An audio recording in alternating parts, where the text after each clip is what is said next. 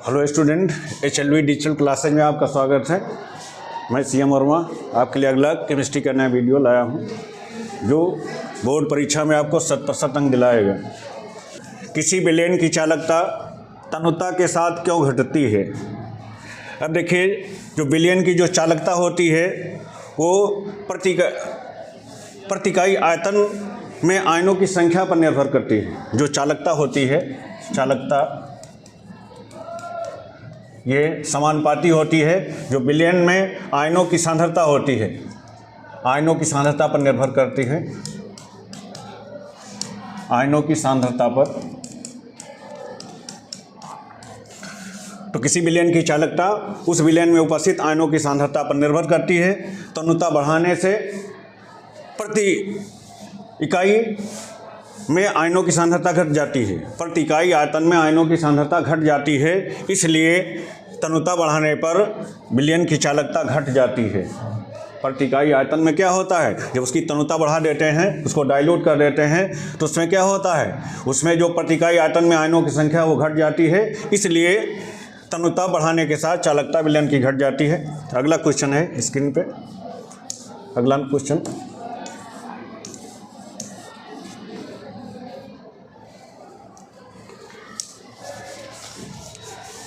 दो 298 केल्विन पर ताप पर 0.20 m मोलरता दी है। KCl विलेन की चालकता 0.248 सीमेंस प्रति सेंटीमीटर है। इसकी मोलर चालकता क्या होगी?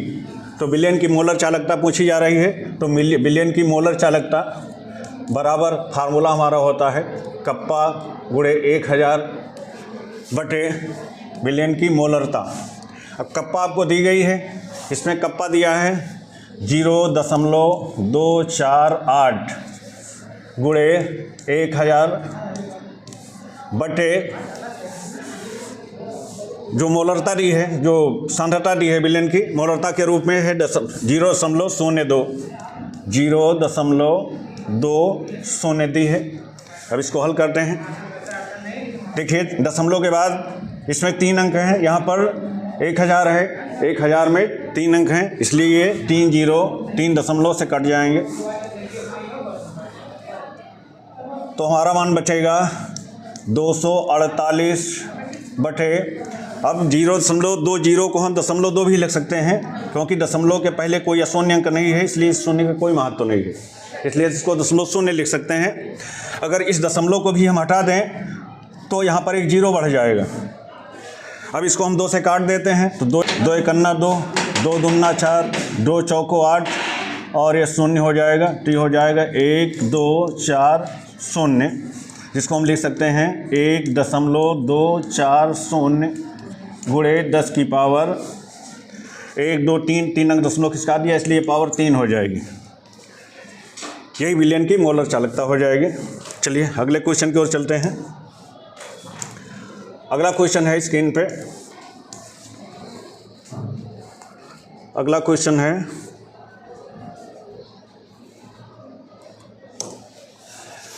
प्रथम कोट की अभिक्रिया N2O5 gives 2NO2 plus half O2 में 310 केल्विन पर N2O5 की प्रारंभिक सांद्रता 1.24 गुणे 10 की पावर -2 मोल प्रति लीटर थी, जो 30 मिनट के पश्चात 0.20 गुणे 10 की पावर -2 मोल प्रति लीटर रह गई।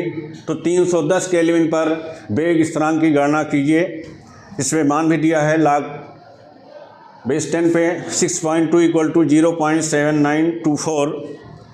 देखिए इसमें क्या दिया है, इसमें टेम्परेचर दिया है, टेम्परेचर हमारा दिया है 310 केल्विन, और इसमें दिया है प्रारंभिक सांद्रता दी है। विलेन की प्रारंभिक सांद्रता, जिसको हम ऐसे लिखते हैं, वो हमारी दी है 1.24 गुणे 10 की पावर -2 मोल प्रति लीटर, मोल प्रति लीटर दी है, लीटर इनवर्स। 30 मिनट के पश्चात टी बराबर दिया है हमारा 30 मिनट, 30 मिनट दिया हुआ है। 30 मिनट के पश्चात सांद्रता इतनी हो जाती है, जो शेष सांद्रता होती है वो हमारी होती है A - X। ये हमारी दी हुई है 0.20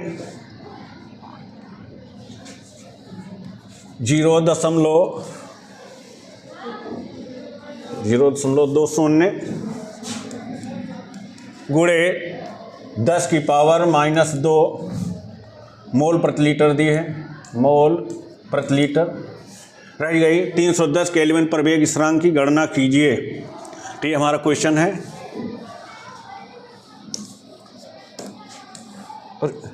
गायब हो गया, चलिए दोबारा लिख लेते हैं। ए बराबर दिया है, टेम्परेचर की कोई ज़रूरत नहीं है।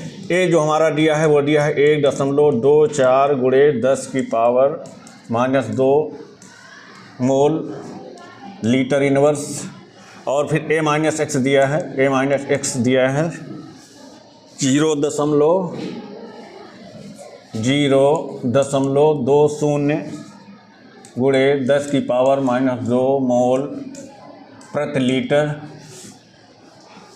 वेग स्थिरांक की गणना करनी है। वेग स्थिरांक क्या होता है?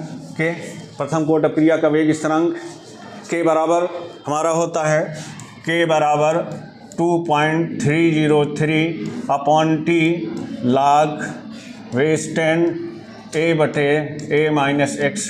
ये प्रथम कोट क्रिया का वेग स्थिरांक का समीकरण होता है। अब इसमें मान को पुट कर देते हैं, तो 2.303/T। टी हमारा समय दिया है 30 मिनट, टी हमारा दिया हुआ है 30 मिनट। तो 30 मिनट यहाँ रख देते हैं, 30 मिनट। फिर log वेज 10, ए का मान हमारा दिया है 1.24 गुणे 10⁻⁻2 बटे से सांद्रता हमारी डी है 0.20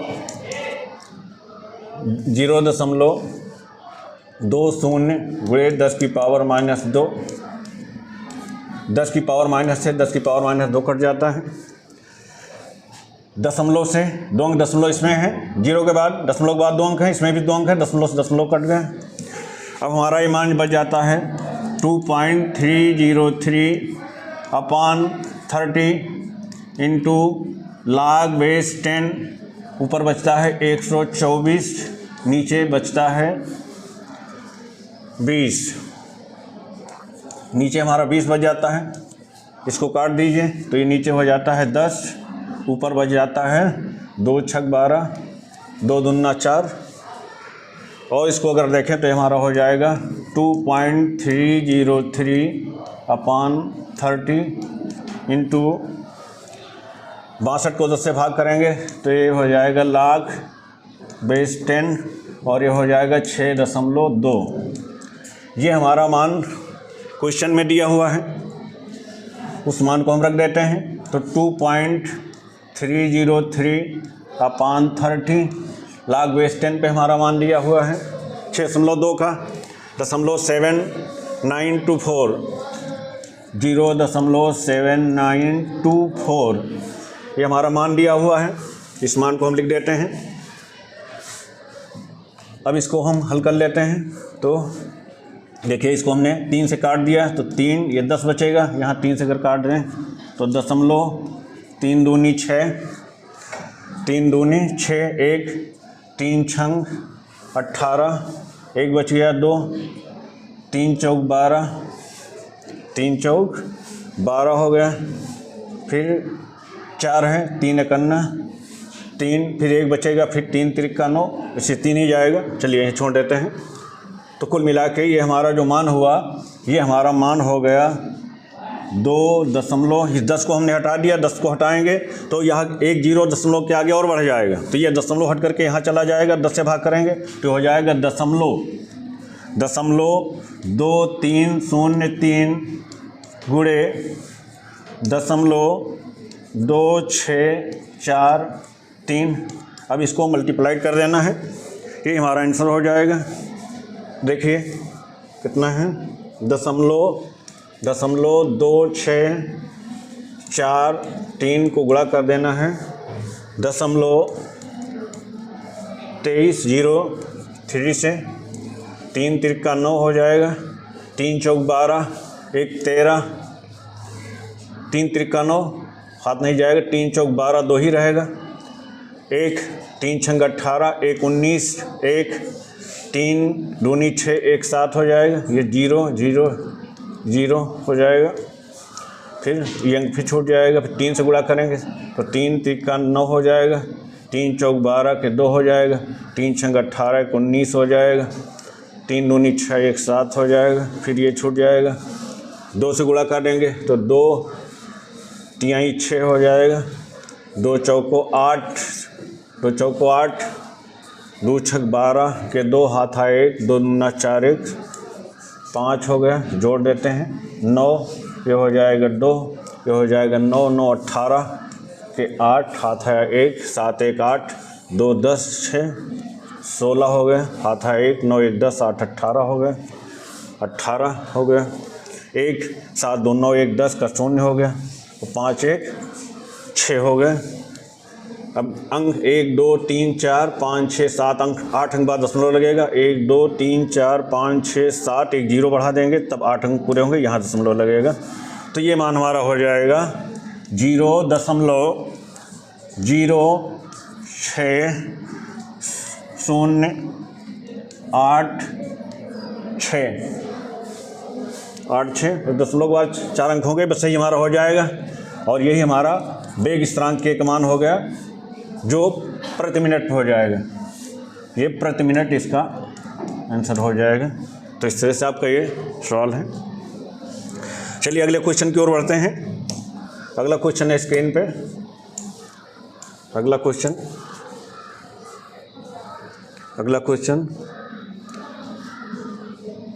फिर ये दोबारा वही क्वेश्चन रिपीट हो गया। चलिए आगे कुछ अगला क्वेश्चन स्क्रीन पे है। अगला क्वेश्चन है स्क्रीन पे है, निम्नलिखित उप सहसंयोजक यौगिकों के आईपीएसी नाम लिखिए। इनके आईपीएसी नाम लिखने हैं, जिसमें पहला क्वेश्चन है हमारा, पहला देखिए लिए क्वेश्चन है क्रोमियम है Cl2 En whole twice Cl।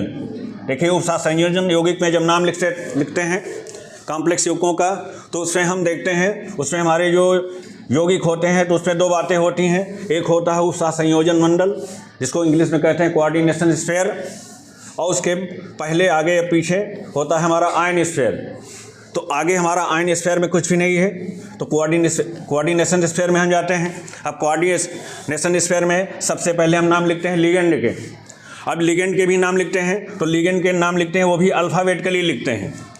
तो इसमें हमको अल्फ़ाबेटिकली लिखना है। देखिए यहाँ पर हमारा Cl है, जिसको हम क्लोरीडो कहते हैं या क्लोरो भी कह देते हैं, और दूसरा हमारा है एथिलीन डाइएमीन है। देखिए जो En है ये एक शॉर्टकट में लिखा हुआ है, इसको हम कहते हैं एथिलीन डाइएमीन। ये हमारा इसका होता है एथिलीन डाइएमीन। इसका जो सूत्र होता है ये आपका होता है CH2NH2 एक लोन पेयर, फिर CH2 और NH2। तो इसमें दो लोन पेयर होते हैं, ये बाइडेंटेड लिगेंड है, द्विदंती लिगेंड होता है। तो इसको हम एथिलीन डाइमीन भी कह सकते हैं, और इसको एथेन 1,2 डाइमीन भी कह देते हैं। इसका दूसरा नाम ये भी लिख सकते हैं एथेन 1,2 1 नंबर 2 नंबर, तो 1,2 2 है इसलिए डाइएमीन। तो दो नाम इसके लिख सकते हैं, और इसके लिए शॉर्टकट हमारा ये En होता है। तो इसको चाहे मेथिलीन डाइमीन लिख दें और चाहे एथेन 1,2 डाइमीन लिख दें। तो इसके अनुसार अगर इस नाम को लिख रहे हैं तो ये नाम हमको पहले मिल रहा है ए से, और C बाद में आएगा तो पहले हमारा ये हो जाएगा। जब बाइडेंटेड या मोनोडेंटेड लिगेंड होते हैं तो उसके लिए संख्या 2 के लिए हम विस शब्द का प्रयोग करते हैं, 3 के लिए ट्रिस, 4 के लिए टेट्राकिस, इस तरह के शब्द यूज करते हैं। तो यहाँ पर हो जाएगा विस, यहाँ पर हो जाएगा विस एथेन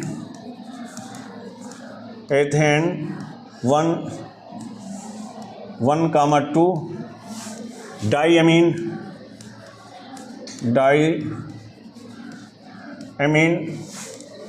फिर 2 है तो ये हो जाएगा डाई क्लोरिडो, क्लोरो भी लिख सकते हैं या क्लोरिडो, तो डाई क्लोरिडो। इसका CR के लिए हो जाएगा क्रोमियम, इसका नाम हो जाएगा क्रोमियम, क्रोमियम। इसके बाद लिखते हैं ऑक्सीडेशन स्टेज। अब ऑक्सीडेशन स्टेज ये आपका ये हमारा वो उभयदंती लिगेंड है, इसकी संयोजकता 0 होगी, इसके लिए 2 हो गई, Cl का -1 होता है तो -2 और यहाँ पर एक -1 मिलेगा तो कुल मिला के 3 हो जाएगी, -3, तो इसलिए इसकी +3 बनेगी, तो इसकी हो जाएगी 3। तो इस तरह से ये हमारी 3 लिख देते हैं 3। उसके बाद आयन स्फीयर में हमारा Cl लिखा हुआ है तो इसके लिए हम साधारण नाम लिख देते हैं, तो इसके लिए हमारा ये हो जाएगा क्लोरीन। तो इस तरह से हमारा ये नाम हो गया bis ethane 1,2 diamine di chlorido chromium 3rd chlorine. अगला क्वेश्चन स्क्रीन पे है, ये लिखा है आयन स्फीयर में हमारा लिखा है Cgm है, फिर कोऑर्डिनेशन स्फीयर में हमारा है FeCl 4th। तो अब यहाँ पर ये हमारा पहले आयन स्फीयर में जो दिया हुआ है CS, इसका नाम लिखेंगे तो इसके लिए हम लिखेंगे Cgm, तो ये पहला था। दूसरा नाम हमारा हो जाएगा Cgm,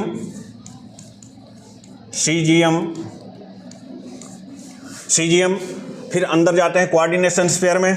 अब कोऑर्डिनेशन स्फीयर में पहले लिगेंड का नाम लिखते हैं, इसमें केवल लिगेंड एक है, एक प्रकार का है, वो भी है क्लोरिडो, और इसके 4 हैं तो इसलिए इसको लिख देंगे टेट्रा, तो ये हो जाएगा टेट्रा, तो ये हो जाएगा हमारा टेट्रा। क्लोरो भी लिख सकते हैं, क्लोरिडो भी लिख सकते हैं, क्लोरो भी लिख सकते हैं, तो चलिए हमने क्लोरो लिख दिया, तो Cgm टेट्रा क्लोरो। फिर अब यहाँ पर ये हमारा जो है ये ऋणायन बन रहा है, ये प्लस है इसलिए माइनस बनेगा, जब माइनस बनता है तो इसके लास्ट में हम 8 लगा देते हैं, तो इसलिए इस आयरन का नाम हो जाएगा फेरेट, तो इसके लिए हो जाएगा क्लोरो और ये हो जाएगा फेरेट। अब ऑक्सीडेशन स्टेज इसकी कितनी होगी, देखिए ये Cl ये 4 माइनस बनेगा और ये +1 बनेगा, तो 3 बचेगी, तो ये +3 स्टेज पे है, तो इसके लिए हो जाएगा 3rd। तो इस तरह से हमारा हो जाएगा Cgm टेट्रा क्लोरो या क्लोरिडो, जो भी आप प्रयोग करें, फेरेट 3rd। अगला तीसरा हमारा है स्क्रीन पे, तीसरा क्वेश्चन है K3, फिर कोऑर्डिनेशन स्फीयर में है CO कोबाल्ट, फिर C2O4 का होल थ्राइस, तो C2O4 का होल थ्राइस ये हमारा ऑक्जिलेट है, ये भी हमारा ऑक्जिलेट भी हमारा 2 दंती लिगेंड होता है। इसके लिए भी हम जो संख्या है उसके लिए भी हम यही संख्या प्रयोग करेंगे, 3 के लिए हम ट्रिस शब्द का प्रयोग करेंगे। तो अब इस पर सबसे पहले आयन स्फीयर में जो दिया हुआ है पोटेशियम, इसका नाम लिखा जाएगा। यहाँ पर अगर आयन स्फीयर में जो भी हमारे यौगिक आयन होते हैं उनके लिए हम संख्या का प्रयोग नहीं करते हैं, इसलिए इसका हम नाम केवल लिखेंगे पोटेशियम, तो इसलिए हमारा नाम हो जाएगा पोटेशियम।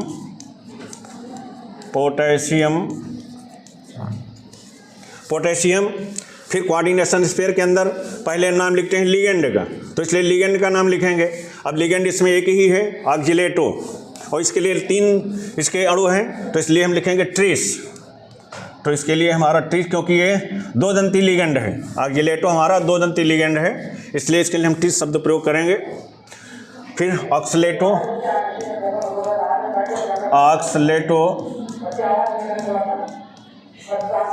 तुम्हारा हो जाएगा पोटेशियम ट्रिस ऑक्सीलेटो। और फिर जो धातु है कैंडिडाट परमाणु, उसका नाम हो जाएगा, चूँकि ये ऋणायन के रूप में प्रयोग होगा क्योंकि ये धनायन है, इसलिए इसके नाम में हम 8 लगाएंगे, तो ये हो जाएगा कोबाल्टेट, तो ऑक्सीलेटो कोबाल्टेट।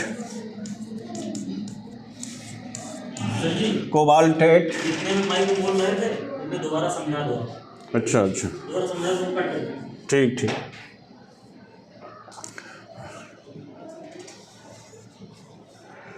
ठीक है, देखिए कहाँ बोला था,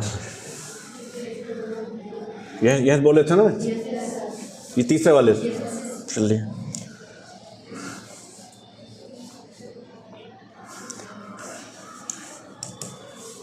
तीसरा देखिए हमारा इस यौगिक का K3CO C2O4 ऑक्जिलेट आयन है का होल थ्राइस, ये ऑक्जिलेट आयन है। ऑक्जिलेट आयन हमारा होता है COO माइनस और फिर COO माइनस। देखिए इसके पास देखा जाए लोन पेयर होते हैं, 2 लोन पेयर होते हैं और इसके कारण एक लोन पेयर हो जाता है, तो यही अपना लोन पेयर। इसमें 2, देखिए ये 2 हो गए दान देने वाले, इसलिए ये 2 दंती लिगेंड माना जाता है। जब 2 दंती या बहुदंती लिगेंड होते हैं तो उसके लिए मोनो डाई ट्राई टेट्रा ये शब्द प्रयोग नहीं करते हैं, उसके लिए हम 2 के लिए प्रयोग करते हैं 20, 3 के लिए 30, 4 के लिए टेट्राकिस, पेंटाकिस, इस तरह के शब्द प्रयोग करते हैं। इसलिए यहाँ पर देखिए इसमें सबसे पहले आयन स्फीयर में हमारा दिया है पोटेशियम, तो आयन स्फीयर का नाम लिखेंगे पोटेशियम, तो ये हमारा हो जाएगा पोटेशियम। पोटेशियम पोटेशियम अब ये इसमें केवल एक लिगेंड है, वो भी ऑक्जिलेटो है, तो इसलिए इसमें 3 है इसके, इसलिए हो जाएगा ट्रिस ऑक्सिलेटो। और अब ये जो हमारा कैंडिड हार्ट परमाणु है यहाँ पर एनायन के रूप में प्रयोग हो रहा है। क्यों? क्योंकि आयन स्फीयर में हमारा पॉजिटिव मूलक दिया हुआ है। देखिए जब कोऑर्डिनेशन स्फीयर का कैंडिड हार्ट परमाणु एनायन के रूप में प्रयोग करता है तो उसके लास्ट में हम एन शब्द का प्रयोग करते, 8 शब्द का प्रयोग करते हैं, इसलिए यहाँ पर कोबाल्ट को हम कोबाल्टेट कह देंगे, तो कोबाल्टेट हो जाएगा पोटेशियम ट्रिस ऑक्सिलेटो कोबाल्टेट।